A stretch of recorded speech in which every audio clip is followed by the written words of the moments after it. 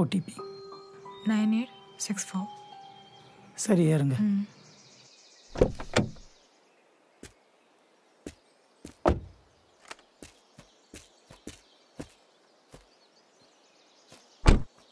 போங்க.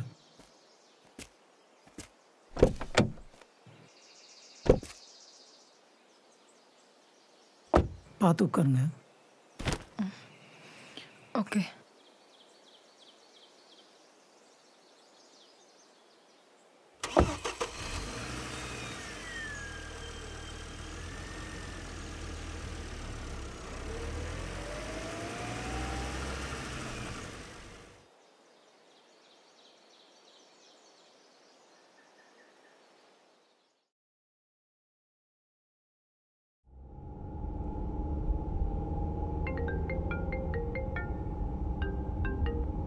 Hello ma'am, maternity ஷூட்டுக்கு எந்த டேட் ஃபிக்ஸ் பண்ணியிருக்கீங்க தெரிஞ்சுக்கலாமா? Because we have to prepare ourselves. Sir, cancel பண்ணிடுங்க ப்ளீஸ். சாரி.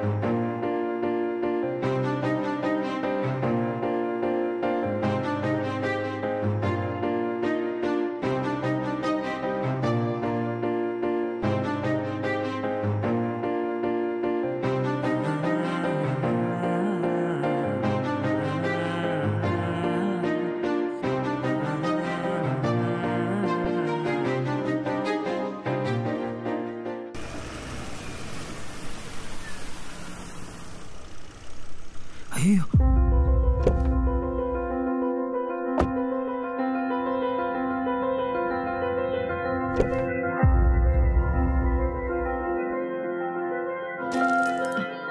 மா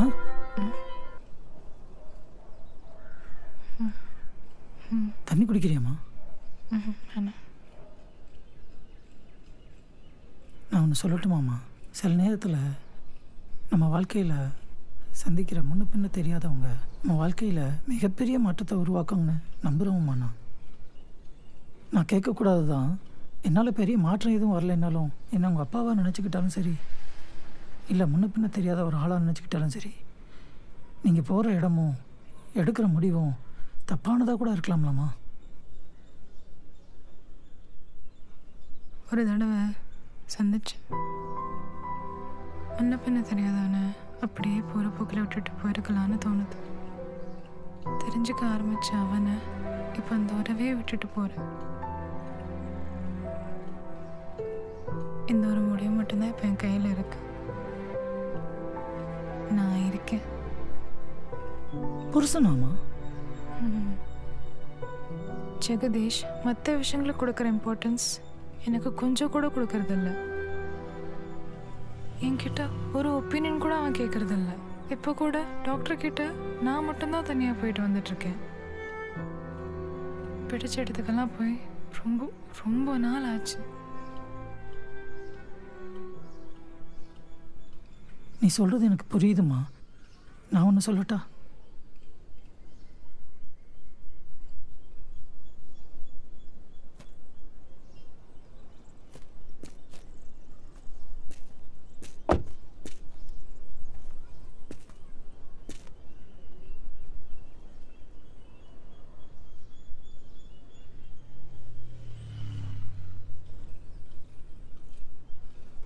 என்னை பார்த்தா உங்களுக்கு 2 கொலை பண்ண மாதிரி தெரியுதாம்மா? எனக்கும் உன்ன மாதிரி அழகாக ஒரு பொண்ணு இருந்தாம்மா. அவள் லவ் பண்ணி கல்யாணம் பண்ணிட்டு போயிட்டாம்மா. மாப்பிள்ளை பையனும் விசாரித்ததில் நல்ல பையன் தான் கேள்விப்பட்டம்மா. ஆனால் அவள் கல்யாணம் பண்ணிக்கிட்டதில் எனக்கு கொஞ்சம் கூட பிடிக்காம தான் இருந்தது. ரொம்ப நாள் கழிச்சு என் பொண்ணு என் வீட்டுக்கு வந்தாம்மா. அப்போ அவள் கர்ப்பமாக இருந்தாம்மா. அவளை அப்படி பார்த்துட்டு போக சொல்லவும் முடியல, முழு மனசாக ஏற்றுக்கவும் முடியல. இருந்தாலும் என் வீட்டுக்குள்ளே சேர்த்துக்கிட்டேன் அவளை. திடீர்னு ஒரு நாள் மாப்பிள்ளை என் வீட்டுக்கு வந்தாருமா. அவர் என் பொண்ணுக்கிட்ட பேசி கூட்டிகிட்டு போக முயற்சி பண்ணாருமா. ஆனால் அவரை திட்டி அனுப்பி என் கௌரவத்தை நிரூபிச்சிட்டம்மா. அப்புறம் 1 மாதம் கழிச்சு மாப்பிள்ளை திரும்பவும் வந்தாருமா. அப்போ என் பொண்ணோட வருத்தம் கஷ்டம் எல்லாம் கம்மியாக இருந்ததுமா. அவர் கூட போகணும்னு விருப்பப்பட்டிருக்கான்னு எனக்கு தெரிய வந்துருச்சுமா.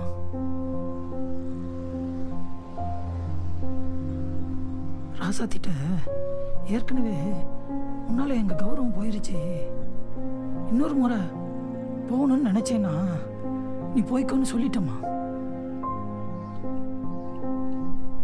என் ராசாத்தி என்னையும் மீற முடியாம, புருஷனை விட்டு கொடுக்க முடியாம கஷ்டப்பட்டு மனவேதனையிலே இருந்தா. அப்போ அவ புருஷன்கிட்ட இருந்து டைவர்ஸ் நோட்டீஸ் வந்துருச்சுமா.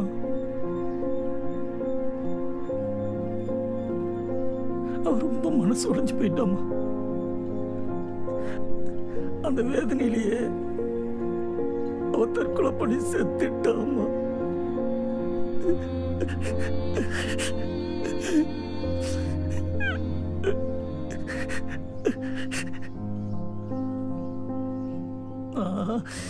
நான் என் பொண்ணோட பிரச்சனையை தலையிடாம இருந்திருந்தா இந்நேரம் கண்டிப்பா நான் நிம்மதியா இருந்திருப்பேம்மா. என் பொண்ணு உயிரோட இருந்திருப்பாம்மா, உயிரோட இருந்திருப்பா.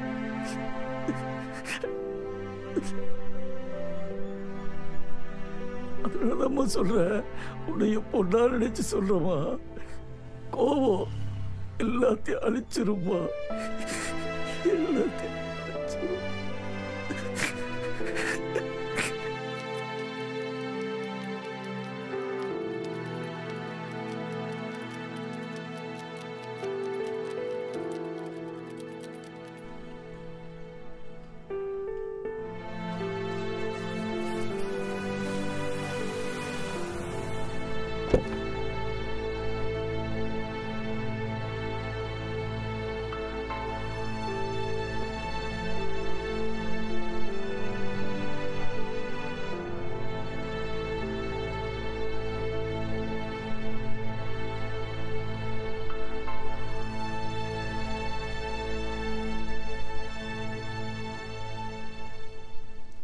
Ankit sir, madam maternity shoot cancel பண்ணலான்னு சொல்லிட்டாங்க. ரீஃபண்ட் கொடுக்க முடியாது. என்ன பண்ணலாம் சார்? சார், எனக்கு எல்லாமே என்னோடய ஒய்ஃபோட டிசிஷன் தான். ஒரு 1/2 hour சொல்கிறேன் சார். தேங்க்யூ. அன்கித்,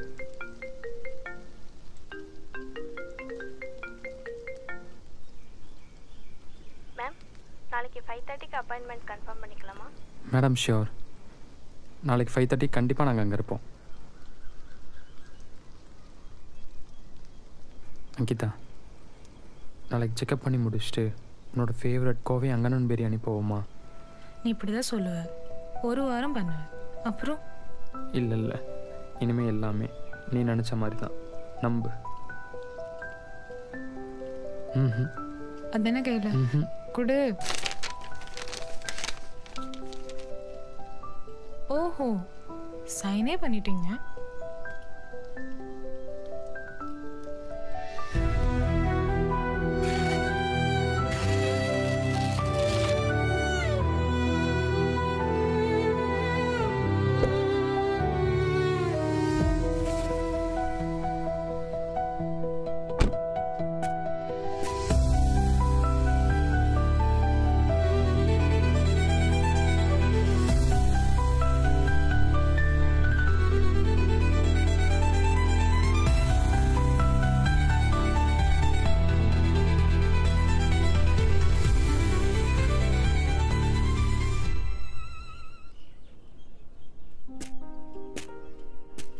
சந்தோஷமாக போயிட்டு வாங்கம்மா. போயிட்டு வரேன்ப்பா.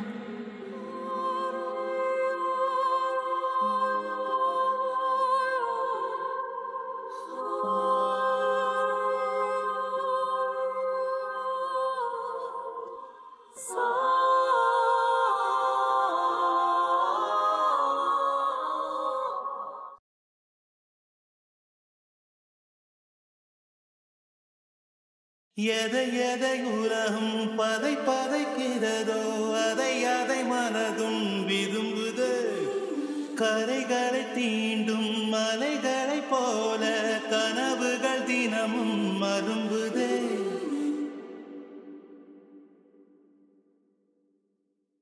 எதை எதை உலகம் பதை பதைக்கிறதோ அதை அதை மனதும் விரும்புது. கரைகளை தீண்டும் மலைகளை போல கனவுகள் தினமும் மரும்